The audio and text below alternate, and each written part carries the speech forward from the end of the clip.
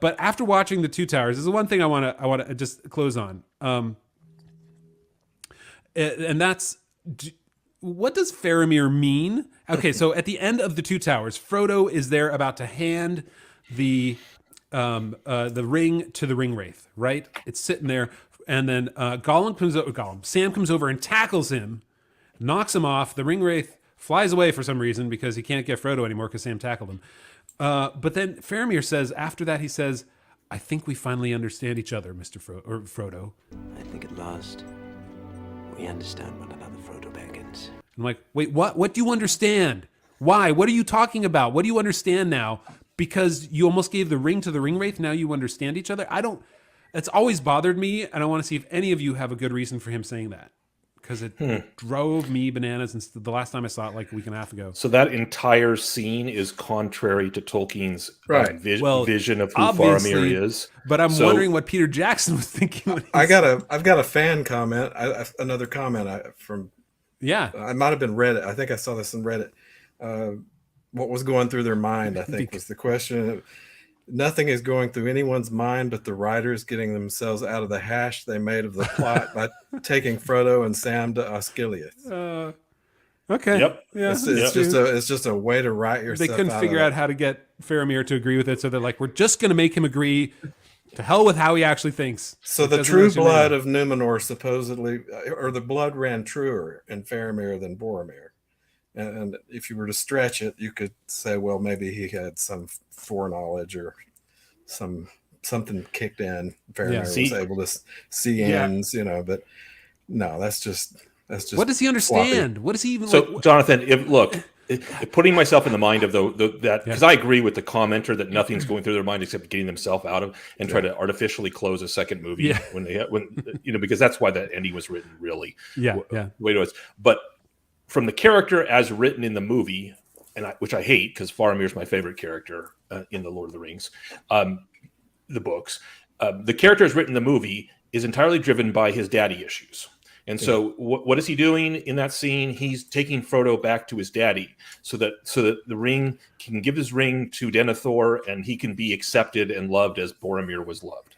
And that's movie Faramir. And so he's being compelled by something, that is beyond what he may want in a particular moment. And so that's the only meaning that I read into it as far as I was willing to go when I looked at that scene. It was like Frodo's being compelled to give up the ring to the Nazgul. Faramir feels compelled to give up the ring to his dad. To me, it's really the only line in all the movies that I can think of that I really just hate absolutely because I can't figure it out. What do they understand about each other? I think it's just Sam's speech scene was so phenomenal that they got done and Peter Jackson hit cut and he was like, that was brilliant. Let's go home. And then some guy in the corner with a coffee was like, we still got to end the movie. And he was like, oh, right. What say you guys understand each other. Bob, that's on you.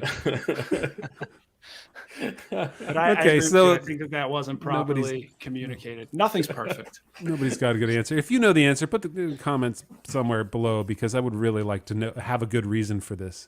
Generally, I hated movies when I first I didn't hate them. I disliked the movies much when I saw them, and I want to like it a little bit more. And if I understood this line, I would. But it just left such a bad taste in my mouth when I saw it. Week and a half ago for the first time in like 10 years. See, what I'm always fascinated by now that I've got to know Jonathan a bit is the fact that he's much kinder on the Phantom Menace than he is on the in his initial reviews, like Jonathan coming out of the Phantom Menace and Jonathan coming out of the Fellowship of the Ring. You were much harsher on Fellowship of the Ring. That's because the Phantom Menace book was much closer to the Phantom Menace movie. Okay. No, I don't know. I don't think Terry Brooks wrote the Phantom Menace book actually, so it probably wasn't that good, although I never read it. But yeah, the Phantom Menace, it is what it is. There's nothing else to compare it to. So it's bad on its own account. But the Lord of the Rings, when they ruin characters like Faramir and Aragorn and Galadriel, I couldn't, that's where it left me with a bad taste in my mouth. Yeah, I think Faramir was the biggest mess up of those movies, And there's the line that's the biggest mess up. It's like, we understand each other. What? Sorry, I'm just going to keep doing that. No, you're good. This is very personal for I Jonathan. think that, you know, for a character that Tolkien himself said, if I was to plug myself into the story at all, which I'm not, but if I was, hypothetically, I would be Faramir. Yeah. You know, you want to treat that character with Yeah. some respect. And he was essentially like just, you know, a squishy pudding the whole time he was on film. Ron Which is DeSantis hand-eating squishy pudding with daddy issues. All right. Well, as thanks. opposed to the one man who, without any prior knowledge or setting himself up, passed the test of the ring. He's the one man that actually passed the test of the ring in the books.